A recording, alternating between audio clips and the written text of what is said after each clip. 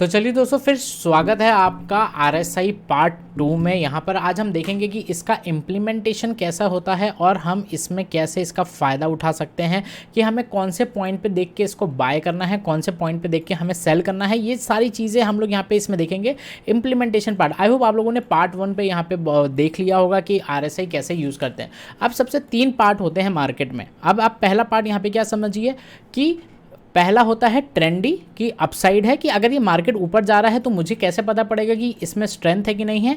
अगर मार्केट यहाँ पे नीचे की तरफ आ रहा है तो इसमें ये जो डाउन ट्रेंड है ये पक्का डाउन ट्रेंड है कि नहीं है, ये कैसे आइडेंटिफाई करेगा। और मार्केट कब साइडवेज जाने वाला है, ये चीज़ मैं आप लोगों को यहाँ पे आज बताने वाला हूँ RSI के बेसिस पे।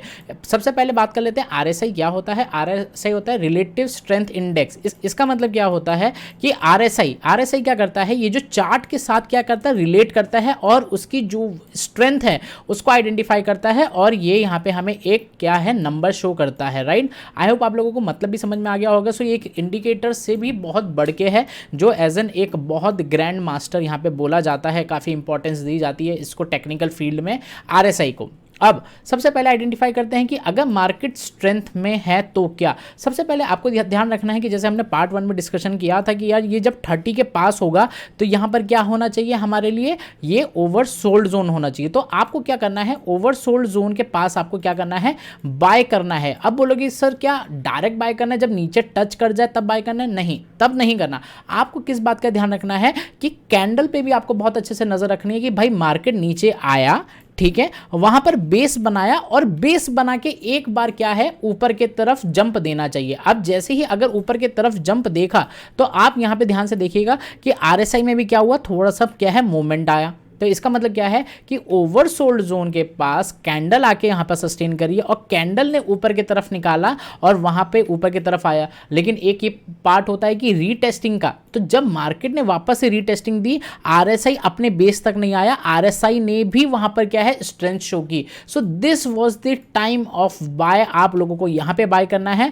और आप सिंपली यहां पे देख सकते हो कि 70 के आसपास जैसे ही अगर RSI आता है तो आप वहां पे क्या है, वहां पर आप अपना क्या जो है पोजीशन को सेल कर सकते हो। तो इससे आप एक यहाँ पे बहुत ही लंबे टारगेट आप यहाँ पे होल्ड रख सकते हो। तो एक चीज का यहाँ पे बेनिफिट हो जाता है कि अब मैंने आप लोगों को बता दिया कि बाय यहाँ पे क्या कब करना रहता है। अब रही बात कि फ्लैट कब रहेगा, फ्लैट या साइडवेज रहेगा, तो वो कैसे आइडेंटिफाई करेंगे, तो वो आइडेंटिफाई करेंगे हम RSI से। RSI में एक रेंज होती है, यहाँ पे याद रखना कि एक 40 से लेके 60 की रेंज होती है।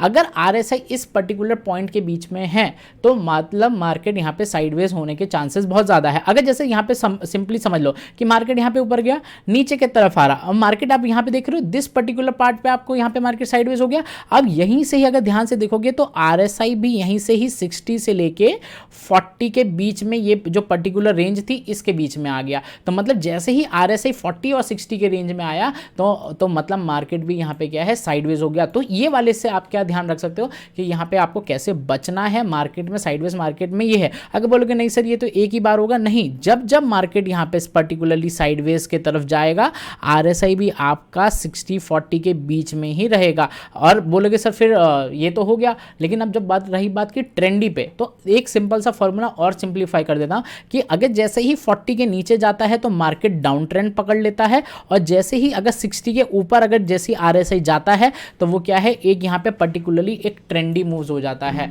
तो आई होप आप लोगों को यहां पे समझ में आ गया होगा। अब यहां पे आएगा कि जैसे हमने बोला कि यार ये जब ओवरसोल्ड जोन पे आ जाता है तो हम बाय करेंगे, तो हम सेल कहां पर करेंगे, सेल भी तो हमें देखना। सेल मतलब पुट साइड ले सकते हो या आप शॉर्ट सेलिंग भी कर सकते हो, तो इसका हम ध्यान रखेंगे। सबसे पहले अब मैं इन दी एंड आपको बताता हूं कि टाइम फ्रेम आपका याद रखना कि 5 मिनट होना चाहिए। 5 मिनट में जो सेटिंग होनी चाहिए वो कितनी होनी चाहिए, 14 होनी चाहिए।